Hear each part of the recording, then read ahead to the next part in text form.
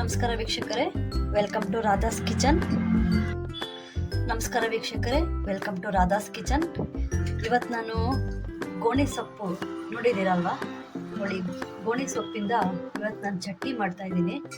ತುಂಬಾ ಚೆನ್ನಾಗಿರುತ್ತೆ, ಮುದ್ದೆಗೆ ಮತ್ತು ಬಿಸಿ ಬಿಸಿ ಅನ್ನಕ್ಕೆ ತುಪ್ಪ ಹಾಕೊಂಡು ತಿಂದರೆ ತುಂಬಾ ಚೆನ್ನಾಗಿರುತ್ತೆ. ಬನ್ನಿ ಇದನ್ನು ತೊಳ್ಕೊಂಡು ಬರೋಣ. ನೋಡಿ ಇವಾಗ ಇದನ್ನು ಚೆನ್ನಾಗಿ ತೊಳ್ಕೊಂಡು ಬಂದಿದ್ದೀನಿ. ನೋಡಿ ಒಂದು ಚಿಕ್ಕದ ಬದನೆಕಾಯಿ ಹಾಕ್ಕೊತಾ ಇದ್ದೀನಿ, ಕಟ್ ಮಾಡಿಲ್ಲ, ಹಾಗೆ ಹಾಕ್ಕೊತಾ ಇದ್ದೀನಿ. ಒಂದು ಟೊಮೊಟೊ, ಜಾಸ್ತಿ ಹಾಕ್ಕೊಳಕ್ಕೆ ಹೋಗ್ಬೇಡಿ, ಹುಳಿ ಆಗ್ಬಿಡುತ್ತೆ. ನಿಮ್ಮ ಖಾರಕ್ಕೆ ಎಷ್ಟು ಬೇಕೋ ಅಷ್ಟು ಹಸಿಮೆಣಸಿನ್ಕಾಯಿ ಹಾಕ್ಕೊಳ್ಳಿ. ನಾನಿಲ್ಲಿ ಒಂದು 5 ಹಸಿಮೆಣಸಿನ್ಕಾಯಿ ಹಾಕ್ಕೊತಾ ಇದ್ದೀನಿ. ನೋಡಿ ಇದು ಸೊಪ್ಪು ಮುಳುಗಷ್ಟು ನೀರು ಹಾಕ್ಬಿಟ್ಟು ಬೇಯಿಸ್ಕೊಳ್ಳೋಣ. ಇದು ಒಂದು 20 ನಿಮಿಷನಾದರೂ ಬೇಯಬೇಕು ಸೊಪ್ಪು. ಕುಕ್ಕರಲ್ಲಾದರೆ ನಾವು 2 ವಿಷಲ್ ಮಾಡ್ಕೊಬೋದು. ಪಾತ್ರೆಲಿ ಬೇಯಿಸಿದ್ರೆ ಚಟ್ನಿ ತುಂಬಾ ಚೆನ್ನಾಗಿರುತ್ತೆ, ಅದಕ್ಕೆ ನಾನು ಪಾತ್ರೆಲಿ ಬೇಯಿಸ್ತಾ ಇದ್ದೀನಿ. ನೋಡಿ ವೀಕ್ಷಕರೇ, ಸೊಪ್ಪು ಇವಾಗ ಚೆನ್ನಾಗಿ ಬೆಂದಿದೆ. ನೋಡಿ ಚೆನ್ನಾಗಿ ಬಂದಿದೆ. ಇವಾಗ ನಾನು ಇದು ಬದನೆಕಾಯಿ ಸಿಪ್ಪೆ ಎಲ್ಲ ಬಿಡಿಸ್ಕೊಂಡಿದ್ದೀನಿ. ಇದು ಸೊಪ್ಪು ತಣ್ಣಗಾದ್ಮೇಲೆ ಚಟ್ನಿ ಮಾಡಬೇಕು, ಇಲ್ಲಾಂದ್ರೆ ಚಟ್ನಿ ಚೆನ್ನಾಗಿರೋದಿಲ್ಲ. ಬನ್ನಿ ಇವಾಗ ಹೇಗೆ ಮಾಡೋದು ಅಂತ ನೋಡೋಣ. ನೋಡಿ ನಾನು ಇಲ್ಲೊಂದು ಅರ್ಧ ಹಸಿ ಈರುಳ್ಳಿ ತೊಗೊಂಡಿದ್ದೀನಿ, ಅರ್ಧ ಸಾಕು, ಅದನ್ನು ಚಚ್ಕೊಂಡಿದ್ದೀನಿ. ಒಂದು 6-7 ಬೆಳ್ಳುಳ್ಳಿ ತೊಗೊಂಡಿದ್ದೀನಿ, ಅದನ್ನು ಚಚ್ಕೊಂಡಿದ್ದೀನಿ. ಸ್ವಲ್ಪ ಕೊತ್ತಂಬರಿ ಸೊಪ್ಪು. ನಾನು ಇದನ್ನು ಚಾಪರಲ್ಲಿ ಮಾಡ್ಕೊತಾ ಇದ್ದೀನಿ.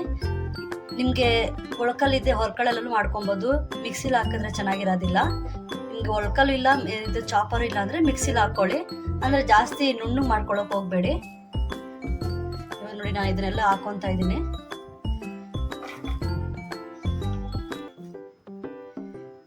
ಈಗ ಮೊದಲಿಗೆ ಇದೊಂದು ರೌಂಡ್ ಮಾಡ್ಕೊಂಬರೋಣ. ನೋಡಿ ಇದಕ್ಕೆ ಸ್ವಲ್ಪ ನಾನು ಉಪ್ಪು ಹಾಕ್ತಾ ಇದ್ದೀನಿ. ನೋಡಿ ಇದು 1-2 ರೌಂಡ್ ಸಾಕು. ನೋಡಿ ತರಿ ಆಗಿದೆ. ಇವಾಗ ನಾವು ಬೇಯಿಸಿಕೊಂಡಿರೋದ ಸೊಪ್ಪೆಲ್ಲ ಹಾಕೊಳ್ಳೋಣ. ನೋಡಿ ನಾನು ಇವಾಗ ಬೇಯಿಸಿಕೊಂಡಿರೋ ಸ್ವಲ್ಪ ನೀರು ಹಾಕ್ಕೊತಾ ಇದ್ದೀನಿ. ನೋಡ್ಕೊಂಡು ಹಾಕೊಳ್ಳೋಣ, ತುಂಬ ನೀರಾದ್ರೂ ಚೆನ್ನಾಗಿರೋದಿಲ್ಲ. ನೋಡಿ ವೀಕ್ಷಕರೇ, ಇಷ್ಟು ಇದ್ರೆ ಸಾಕು. ನೋಡಿ ವೀಕ್ಷಕರೇ, ಇವಾಗ ಚಟ್ನಿ ಆಗಿದೆ.